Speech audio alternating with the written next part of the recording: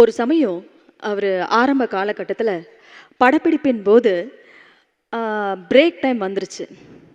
இருந்தாலும் ஷூட்டிங் போய்கிட்டே இருந்தது. சரி முடிச்சுட்டு சாப்பிட்லான்னு போனார். சாப்பிட போகும்போது ஷார்ட் ரெடின்னு கூப்பிட்டாங்க. பசியோட தட்டை அப்படியே வச்சுட்டு போயிட்டார்.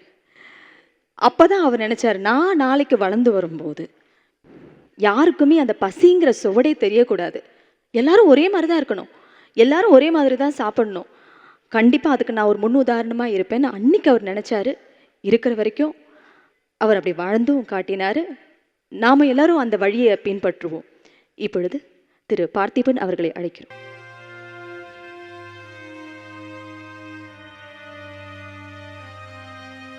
மரியாதைக்குரியவர்களுக்கு என் பணிவான வணக்கம். இந்த தென்னிந்திய நடிகர் சங்கத்தை புதிய பொலிவோடு புதிய கட்டடத்தில் பார்க்கணுன்னு கடுமையாக உழைத்தவர் திரு விஜயகாந்த் அவர்கள்.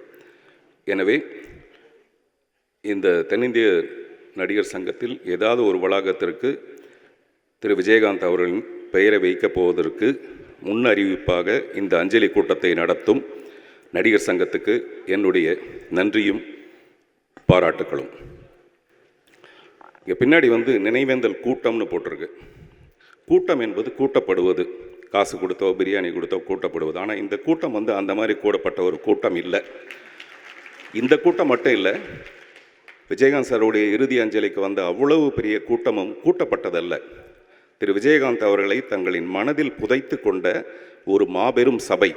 அதனால தான் மரியாதைக்குரியவர்கள் நான் முதல்ல உங்களை ஆரம்பித்தேன். பிணமானவர்களை மட்டும்தான் நம்ம மண்ணில் புதைப்போம், நல்ல குணவான்களை நம்மளுடைய மனதில் நம்ம புதைத்து கொள்வோம். அப்படி நம்முடைய மனதில் புதைத்து கொண்டவர் தான் திரு விஜயகாந்த் அவர்கள். என்னுடைய ஈவன் படத்தில் கொஞ்சம் டெட் பாடிஸ் இருக்கும், பக்கத்தில் நிறைய பேர் உட்காந்து அழுதுட்டு இருப்பாங்க. அப்போ என்னுடைய வசனம் நாளைய பிணங்களோடு இன்றைய பிணங்கள் அப்படின்னு சொல்லுவேன். நாளைய பிணங்களோடு இன்றைய பிணங்கள் அப்படின்னு சொல்லுவேன். இவங்களும் நாளைக்கு பிணமாக போகிறவங்க தான். சுயநலத்தோட தன்னுடைய உடம்பை தானே சுமந்துக்கிட்டு எதுக்குமே பயன் இல்லாமல் இந்த பூமிக்கு பாரமாகவே சில பேர் வாழ்ந்து செத்து போயிடுவாங்க. அவங்க தான் பிணங்கள். அப்படி இல்லாமல் ஒரு மனிதன் வாழ்ந்து காட்டுறது இருக்குது பார்த்தீங்களா? இப்படி ஒரு மனுஷனாக வாழணும்னு நினைக்கிறத விட இப்படி ஒரு மனுஷனாக சாகணும்னு ஆசைப்பட்டது திரு விஜயகாந்த் பார்த்து தான், அவருடைய எனக்கு வந்த கூட்டத்தை பார்த்து தான். வாழும்போது காரு தேரு நிறைய சந்தோஷமாக வாழ்ந்துருவாங்க, ஆனால் சாகும்போது நாதியே இருக்காது. அப்படி இல்லாமல் இப்படிப்படிய ஒரு கூட்டத்தோட அவருடைய மறைவுன்றது நம்ம மனசுக்குள்ளே மனிதாபிமானத்தை வளர்க்கணுன்ற ஒரு பெரிய விருப்பத்தை நமக்கு ஏற்படுத்துச்சு. அதே மாதிரி அவருடைய மனது அது ஒரு தாய்ப்பால் மாதிரி கருணையை சுரைக்கிற ஒரு மனது. அது ஒரு தாய்க்கு சமம். விஜயகாந்த் அவர்கள் ஆண்பாலாக இருந்தாலும் அவர் ஒரு தாய். எனவே தான் இந்த நேரத்தில் திருமதி பிரேமலதா விஜயகாந்த் அவர்களை நான் நினைவு கூற விரும்புகிறேன். பிள்ளைகளை சுமக்கிறது தாயாக இருக்கலாம், ஆனால் கணவனை சுமக்கிற ஒரு தாய்ங்கிறது உலகத்தில் மிக அரிது. அப்படிப்பட்ட ஒரு தாயாகத்தான் திருமதி விஜயகாந்த் அவர்கள் இருந்தார்கள். இல்லைன்னா இந்த வருத்தமும் இந்த கடினமும் இன்னும் சில வருடங்களுக்கு முன்னாடியே நம்ம வந்திருக்கோம். கடைசி வரைக்கும் அவங்கள காப்பாற்றினாங்க. அதனால் ஒரு தாயை நான் இந்த நேரத்தில் போற்ற விரும்புகிறேன். நடிகர் சங்கத்துக்கு ஒரு குழப்பம் இருக்குது. இந்த நடிகர் சங்கத்துக்கு பின்னாடி நிறைய பெரிய மனிதர்கள் இருக்காங்க.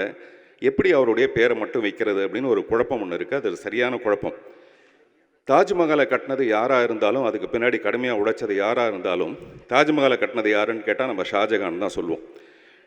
அந்த மாதிரி ஒருவேளை தாஜ்மஹாலுக்கே கடன் இருந்திருந்தா கூட, பேங்க்கில் வச்சு கடன் வாங்கியிருந்தா கூட, அந்த கடனை அடைச்சி தாஜ்மஹாலை கட்டினது யாருன்னு கேட்டால் விஜயகாந்த்னு சொல்கிற அளவுக்கு அவர் உழைச்சிருப்பார். அப்படிப்பட்ட ஒரு மனிதருக்கு, அப்படிப்பட்ட திரு விஜயகாந்த் அவர்களுக்கு இங்கே இருக்கிற ஒரு வளாகத்துக்கு, ஒரு முக்கியமான வளாகத்துக்காவது அவருடைய பெயரை வைக்கணும். அந்த வளாகத்தில் நாம் சந்திப்போம் மறுபடியும். நன்றி, வணக்கம்.